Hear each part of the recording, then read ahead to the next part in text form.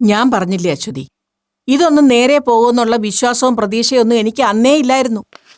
അതുകൊണ്ടാ നിങ്ങളൊക്കെ പൊന്നേ പൊരുളേന്നും പറഞ്ഞ് പുറകെ നടന്നപ്പോഴും ഞാൻ ആ പെങ്കൊച്ചിനെ അധികം അടുപ്പിക്കാഞ്ഞത്. ഉള്ളത് പറയാലോ, ആ കൊച്ചിനെ പണ്ട് മുതലേ കാണുന്നതേ എനിക്ക് ചതുർത്ഥിയാ. പെങ്കൊച്ചുങ്ങളുടെ എന്തെങ്കിലും ഐശ്വര്യോ ശ്രീത്വം ആ കൊച്ചിനുണ്ടോ?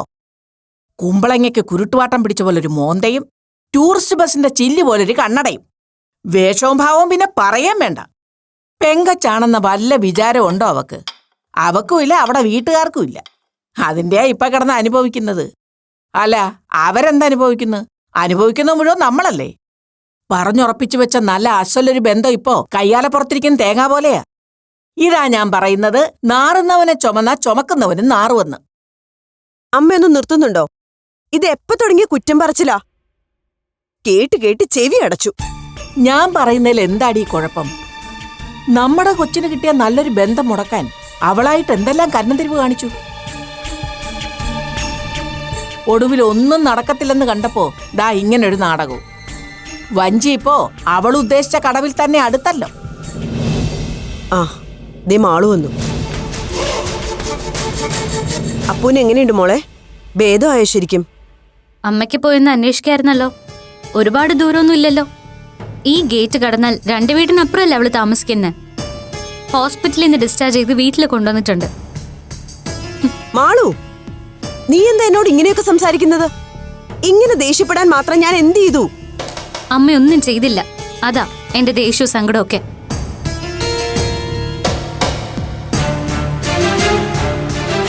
അമ്മ, ഒരാഴ്ച അപ്പോ ഹോസ്പിറ്റലിലായിരുന്നു. ഇത്രയും ദിവസമായിട്ടും അവൾക്ക് എന്താ പറ്റിയെന്നറിയാൻ, എങ്ങനെയുണ്ടെന്നൊന്ന് അന്വേഷിക്കാൻ അമ്മ ഒരു പ്രാവശ്യമെങ്കിലും വന്നു അവിടെ? പോട്ടെ, അവളെ രക്ഷപ്പെടുവോ ഇല്ലയോ എന്നറിയാൻ ഒരു ഫോൺ കോളെങ്കിലും ചെയ്തായിരുന്നോ? കഷ്ടാണമ്മ. അമ്മയിൽ നിന്ന് അപ്പു ആന്റിയും VP അങ്കിളൊന്നും ഇത്രയും പ്രതീക്ഷിച്ചിട്ടുണ്ടാവില്ല. ഞാൻ വിളിച്ചില്ലെന്ന് ആരാ പറഞ്ഞത്? 2-3 പ്രാവശ്യം ഞാൻ ഗീതേച്ചിയെ വിളിച്ചതാ. ഫോൺ എടുത്തുമില്ല, തിരിച്ചു വിളിച്ചുമില്ല. മതിയല്ലോ, അതോടെ കഴിഞ്ഞല്ലോ അമ്മയുടെ ഉത്തരവാദിത്വമൊക്കെ. അമ്മ, സ്വന്തം മോള് രക്ഷപ്പെടുവോ ഇല്ലയോ എന്നറിയാതെ മുള്ളിന് മേൽ നിൽക്കുമ്പോ ഫോൺ എടുക്കാനോ വിശേഷം പങ്കുവെക്കാനോ ഒന്നും തോന്നിയെന്ന് വരില്ല ആർക്കും. അതിന്റെ പേരില് നമ്മുടെ ബാധ്യത തീർന്നെന്ന് വിചാരിച്ച് മിണ്ടാതിരിക്കല്ല വേണ്ടത്. അതെ, നീ എന്തിനാ മാളു അമ്മയോട് ഇങ്ങനെ ദേഷ്യപ്പെടുന്നത്? അശ്വതിയും സുഖമില്ലാതെ ഇവിടെ ഇരിക്കുകയല്ലേ. ഈ കഴുത്തുവേദനയും വെച്ചോണ്ട് ആശുപത്രി കയറി ഇറങ്ങാനും കാര്യങ്ങൾ അന്വേഷിക്കാനും ഇവക്ക് പറ്റുമോ? ഇവള് വന്നില്ലെങ്കിൽ എന്താ, 24 മണിക്കൂർ നീ ഉണ്ടായിരുന്നല്ലോ അവിടെ. അതിനുവേണ്ടി നിന്റെ ജീവിതത്തിലെ പ്രധാനപ്പെട്ട ഒരു കാര്യം പോലും മാറ്റിവെച്ചിട്ടല്ലേ നീ അവിടെ അവൾക്ക് കൂട്ടിരിക്കാൻ പോയത്. അതിന്റെ പേരിൽ ഇവിടെ ഉണ്ടായ പ്രശ്നങ്ങളൊക്കെ നീ അറിഞ്ഞോ? എന്തോ മഹാഭാഗ്യത്തിന് കരക്കാരെയും ബന്ധുക്കളെ ഒന്നും ഇവിടെ നിശ്ചയത്തിന് വിളിച്ചില്ല. അതുകൊണ്ട് മാനം പോകാതെ രക്ഷപ്പെട്ടു എന്ന് പറഞ്ഞാ മതിയല്ലോ. നീ ചെയ്ത തോന്നിയാസത്തിന് ആ പയ്യന്റെ അവന്റെ വീട്ടുകാരുടെ മുന്നില് തല കുമ്പിടേണ്ടി വന്നത് ഞങ്ങൾക്കാ.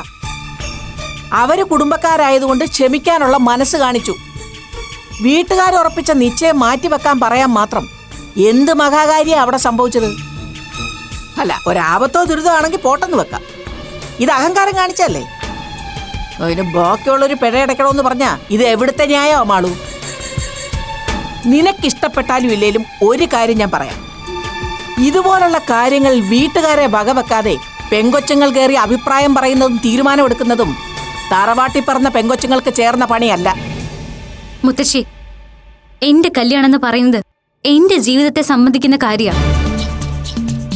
അതിൽ ആദ്യ അഭിപ്രായം പറയാനും തീരുമാനം എടുക്കാനുള്ള സ്വാതന്ത്ര്യം മറ്റാരെക്കാളും എനിക്കുണ്ട്. പെൺകുട്ടിയുടെ അഭിപ്രായമോ മനസ്സോ ഒന്നും അറിയാതെ വീട്ടുകാർ മാത്രം എല്ലാം തീരുമാനിച്ചു നടത്താൻ ഇത് പഴയ കാലമൊന്നും അല്ല മുത്തശ്ശി. ശരിയാ, നിശ്ചയം മാറ്റിവെക്കാൻ ഞാൻ പറഞ്ഞു. ഒന്ന് ചോദിച്ചോട്ടെ, ഈ വീട്ടില് ഒരാൾ ഈ സമയത്ത് മരണത്തോട് മല്ലിട്ട് കിടക്കുകയായിരുന്നെങ്കിൽ നിങ്ങൾ ഈ ചടങ്ങ് നടത്തുമായിരുന്നോ?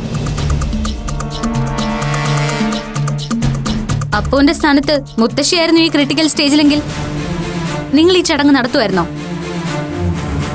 പറയാമേ. അതുപോലെ അല്ലല്ലോ മോളെ. അതുപോലെ തന്നെയാണ്, അല്ലെങ്കിൽ അതിനപ്പുറമാണ് എനിക്ക് അപ്പുവിന്റെ കാര്യം. അവളും ഈ വീട്ടിലൊരു അംഗം തന്നെയല്ലേ അമ്മേ?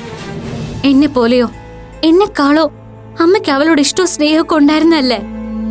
എന്നിട്ടും എല്ലാരും കൂടി അവളെ ഇപ്പോ അശ്വതിയെ, പെണ്ണിന്റെ രീതിയും മട്ടും ഒക്കെ മാറി വരികയാണല്ലോ. സംസർഗ ഗുണം. ഇതിങ്ങനെ അങ്ങ് വിട്ടുകൊടുത്താൽ ശരിയാവില്ല, പറഞ്ഞേക്കാം. മുരളി വരുമ്പോ രണ്ടുപേരും കൂടി ആലോചിച്ച് എത്രയും പെട്ടെന്നൊരു തീരുമാനം എടുക്കാൻ നോക്ക്. അല്ലെങ്കിലേ അവിടുത്തെ പോലെ ആയിപ്പോവും ഇവിടെയും, പറഞ്ഞേക്കാം. അവക്കിനി എന്നെ അങ്ങ് പട്ടടയിലേക്ക് കെട്ടിയെടുക്കാത്തതിന്റെ കുറവേ ഉള്ളൂ.